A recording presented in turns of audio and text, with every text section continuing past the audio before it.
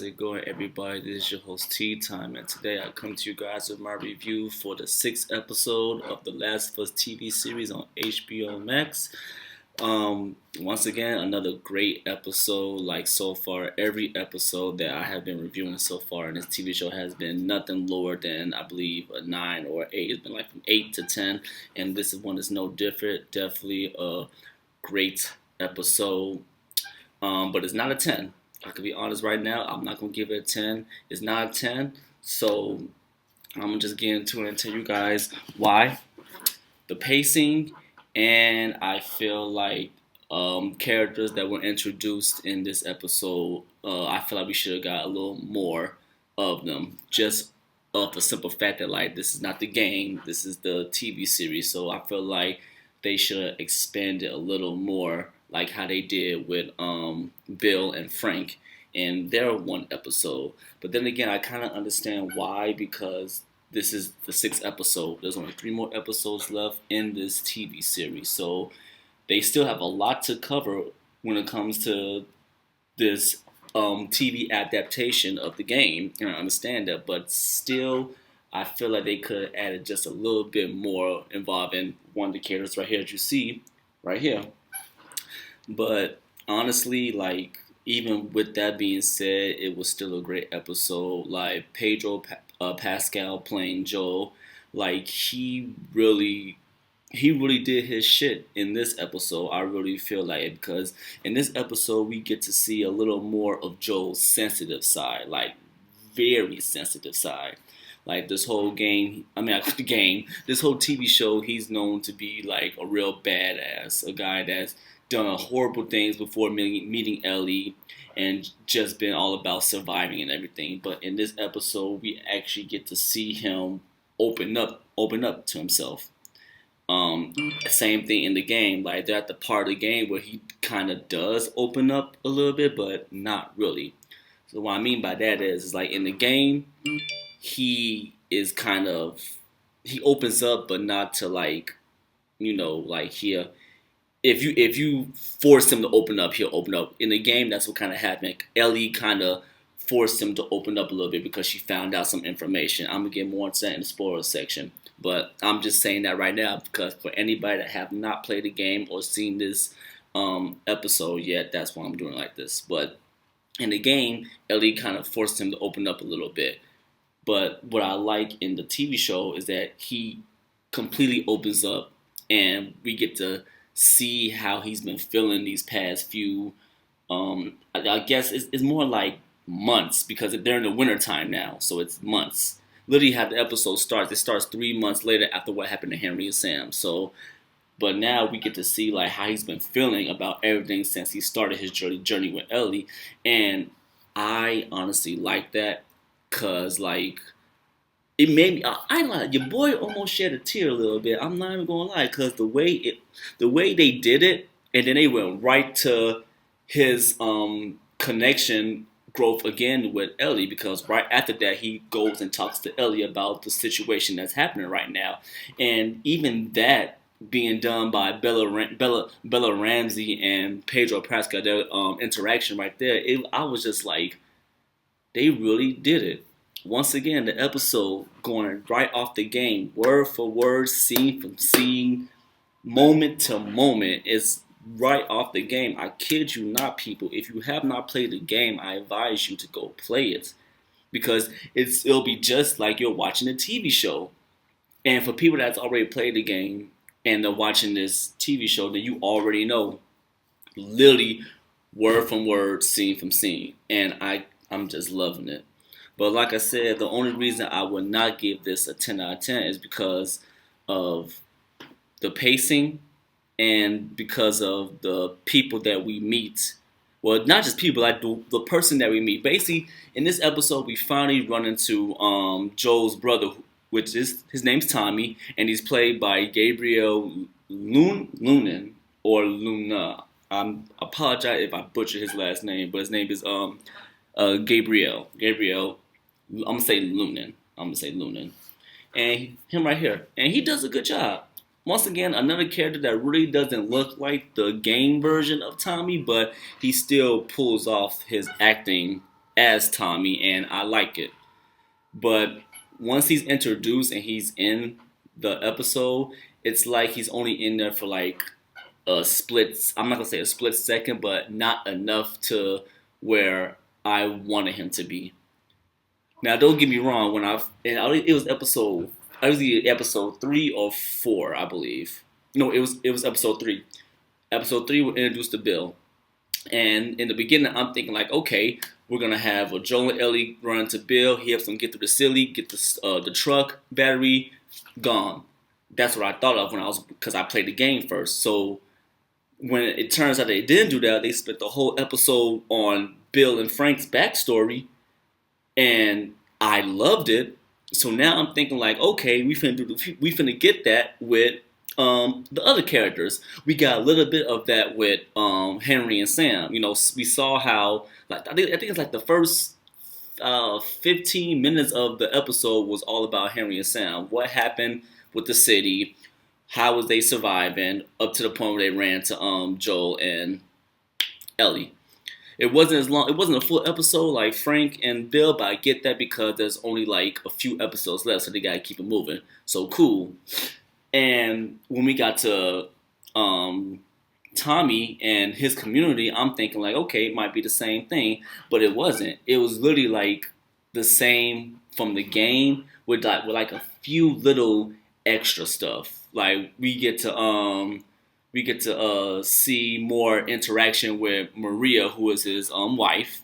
I mean, that's not really a spoiler, but you know, he has a wife now. After 20 years of separation from Joe, he has a wife, and we get to see her interaction with Ellie a little bit too. Basically, trying to give Ellie like tips and everything, and that was cool. But it's like I really wanted to like at least see what Tommy was up to, if not a lot, just a little bit of like what he was up to. The point of him, you know, starring of being with Maria and Jacksonville. I think that's what they're called. Town's called Jacksonville, but we didn't get that, and it's okay. But I wish they did a little bit more, and not just that, but I kind of feel like they rushed a little bit with some stuff after Joel and Ellie leave Jacksonville because they end up leaving a little, well, kind of like a spoiler too, because there's something happens that not makes them leave, but they know they have to leave because they're still looking for a cure. Not because they're still looking for the Fireflies to take Ellie there to get a cure and everything. And some stuff like that happens after that, I feel like it was like a montage, and I'm like, I felt like the interaction that Joel and Ellie had again after that was kind of rushed too.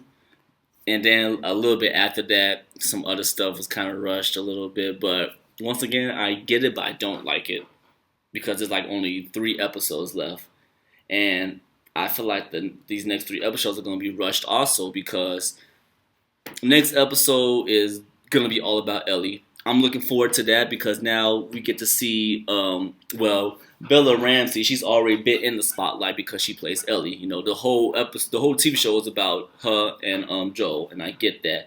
But in the next episode, it's literally all about Ellie, her past, how everything happened with her, and how she's gonna handle the situation that she's in now. And I can't wait to see how Bella like just shines in that moment because she's no longer going back and forth with a main scene with Joel, and then her main scene after hers. The whole thing is gonna be her. It's almost like if you play the second game, then you kind of know because the second game is all about her, really. But in the next episode, it's like just her, and then after that, it won't longer just be just about her. It'll be back to her and Joel. But this next episode is gonna be all about her. I don't want them to rush that. I don't want them to like go into like, okay, go into her backstory. Here's what happened. Here's what's going on. This is that. This is that. This is that. And then after that, go right back into the present with what she's doing now. I don't want that. I really want them. I want them to. I think each episode is like an hour long. I really want it to be. I want it to be half the episode. I want the first, if anything, the first half of the episode to be all about Ellie's past. So that's like what, 30 minutes. 30 minutes all of Ellie's past, and then if they want to, the last 30 minutes, what she's doing in the present. in her situation. That I would definitely love. I'll definitely love. But with all that being said and done, I'm going to give this episode a 8 out of 10. 8 out of 10 because of the pacing and because I wanted more things out of Tommy and the other stuff. But with that being said, I'm going to go ahead and start going to the spoiler section of my review, to where that's when I just talk about the whole episode all together. So if you have not seen the episode yet and you plan on watching the episode and you just wanted to check out my review of the first half to see my opinion on it, then this is where you click off. Links to my socials will be all down below. Hit the bell to be notified when I go live. And I appreciate everybody for stopping by that came up to this point. And for everybody else, we'll go ahead and go into the review of the spoiler section in 3, 2, 1. Here we go. So, episode starts off 3 months after Sam committed suicide for killing his brother that got infected. Yeah, that was crazy, but I played the game, so I seen that coming. But how they did that in the TV show was beautiful. It was beautiful because of how it started off. Like, I know I'm supposed to go into like the how things are going on in the 6th episode right now, but let me go back to the 5th real quick. How they had things with Sam that tied all that together, with him being deaf, the connection he had with Ellie the whole time, and then for that to happen, I'm like, they really pulled the heartstrings right there. That was just good by itself. But let me go back into the present now. So, like I said, 3 months after the situation that happened, Joel and Ellie are lost. Run into this couple that are living by themselves in this little cabin in the middle of nowhere, and they basically make them tell them where they at because they lost. So they tell them where they at, and now Joel and Ellie are on the way to where the couple told them where to go, if I'm remembering correctly. On the way, Joel and Ellie are having more bonding moments, talking about if the cure is going to work, and Ellie kind of opens up to Joel about how she felt and what was going on with Sam. How she was like, Sam told me he was infected. He told me he wanted me to keep it a secret, and I thought I could save him by cutting myself and put my blood on him. I know, dumb thing, but I really wanted to save that guy. And you can't blame her. She's like 14 years old, and she made a friend outside of other stuff that's going to happen for people who have not played the game. But she made a friend. She wanted to save him, and she thought, let me cut myself, put my blood on him, and see if that would cure him. And she really thought it did, but it didn't. So you could tell from her talking to Joel about it that it's still weighing heavy on her heart. And, Joel kind of understands, but they just got to keep moving forward. There's nothing they could do about it. So as they're moving forward, Joel's like, okay, you get some rest. I'm gonna I'm gonna just keep watch the whole night and let me just do this. But come to find out, he falls asleep, and Ellie ends up keeping watch over them damn near the whole night next morning. And Joel doesn't like that. He's like, next time, wake me up. But that plays an important role later on in the episode. So as they're traveling to where the couple told them to go, they get surrounded by horses, people on horses, and they start asking them questions like, where you going, what's going on, let's check you to see if you're infected. And they don't have that little monitor thing to check, like in the first episode where old dude checked, no, it was second episode, when old dude checked them to see if they was infected. They don't have that, but they have a dog or dogs that I guess they can sniff if they're infected. I don't know how that plays into it. But I'm guessing, like, I could be wrong. In the comments, you can correct me if I'm wrong. But they say that dogs can, well, I think they say animals in general can sense fear, or dogs, or something like that. I don't know. Anybody can correct me on that. But the dog sniffs Joel, and Joel's ain't afraid of no dog, so the dog sniffing him. Okay, he's not infected. But Ellie is infected. She's immune. Just because she's immune doesn't mean she's not infected. Because when the soldier checked her on episode 2, she was infected, but she's just immune. So Joel's thinking like, oh shit, they're gonna kill her if the dog finds out that she's infected. But the dog, instead of the dog finding out, the dog takes a liking to Ellie. I guess because like she's not showing. I guess she wasn't showing no fear, but I guess that dog sensed that she's what's the word? She's friendly. There we go. She's friendly. So the dog takes light to her. So, whew, that kind of saved they ass. So after the dog is done with them, Joel tells like he's looking for his brother, and one of the people on the horses who was Maria. She said, "What's your name, Joel?" Come to find out, Maria is married to Tommy, and she knows Tommy, so she takes them back. He sees Tommy, and they have a moment, hugging each other because they see each other like almost 20 years. And in the background, you can see that kind of is like upsetting Ellie a little bit. I don't know if that's because like she's thinking that he might abandon her, or that she just wish she still has somebody to care about like that. So you can see in the background it's kind of affected Ellie a little bit. So after they take them in, feed them, and they conversate, Maria decides to take Ellie away so she could get her, showered up, washed and everything, while Joel goes talk to Tommy. Before that, Tommy tells Joel like, "Oh yeah, by the way, me and Maria were married," because Joel was like, "It's okay if you two go away. We have like some family stuff to discuss." And Tommy's like, "Well, she is family. She's married." And Ellie was like, "Say congrats, Joel, because like, come on now, say congrats. I would too. Congratulations." You could also tell. Oh, we also, I think it was for my gamers that played part two. We also get a glimpse of Maria, not Maria, sorry, uh, Dia. I think her name is Dia or Deanne, I believe his name. Um, Diane. She's Ellie's girlfriend in The Last of Us Part Two, because Ellie sees this girl staring at her. I think she said, "What?" I ain't gonna say. She was like, "What you staring at, basically? Why you looking this way?" So you can always tell. You can always tell that Ellie is not like the other kids in the community. But that's another thing. They already Foreshadowing that. So as Maria takes Ellie away, Joe talks with his brother Tommy, telling him about come with me and help me take Ellie to the Fireflies, because you know where they at, you know how to get there. And at first Tommy's like, "I can't do it because I'm about to be a father. I got this community. I'm about to be a father. I can't just up and leave them and all that." And Joel and Tommy kind of got into it because Joel's like, "After all I did for you, this how you treat me?" And Tommy was like, "Just cause life stopped for you doesn't mean it stopped for me." And I was like, "Yeah, you got a point," type shit. So they kind of fell off, and Joel went away while Maria is talking to Ellie. And at this point, Maria tells Ellie about Joel's daughter, how she died and everything.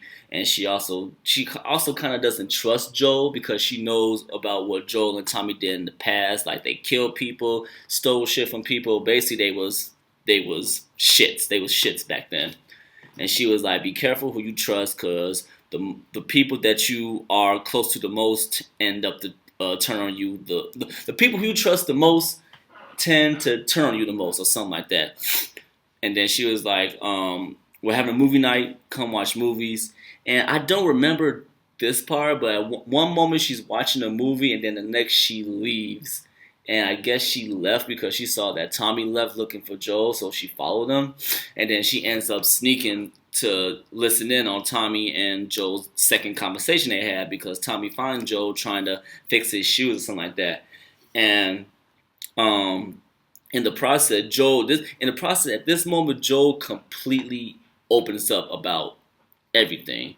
And they didn't do this in the game. They didn't have like a second heart-to-heart conversation with Tommy and Joel in the game. But this one, they was like, "Let's do something new. Let's have him completely open up." And this really it made me emotional, because I'm sitting here looking at him. He was telling Tommy, he was like, "I'm not the same person that I was 20 years ago. I'm going deaf in one ear. This guy snuck up on me, almost killed me. Ellie had to shoot him himself. A little girl that shouldn't have to do that.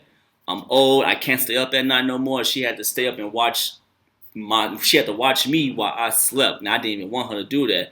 I'm not fast. I can't shoot like that."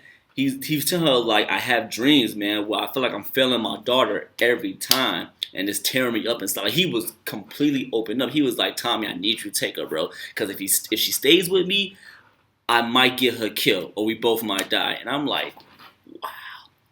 Pedro Pascal, he really sold that scene. Like, I give that man his flowers. Like, that was good. He's such a great actor.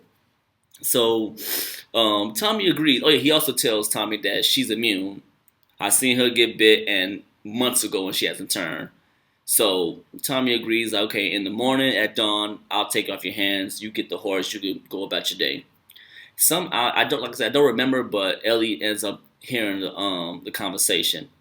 Um, in the game, she figured out the conversation that they had. She wasn't for the conversation. She figured it out. And also in the game, she ends up quote unquote running away. But in the TV show, she just goes back to her room. Joe confronts her because he's about to tell her what's going on. She was like, "I already know.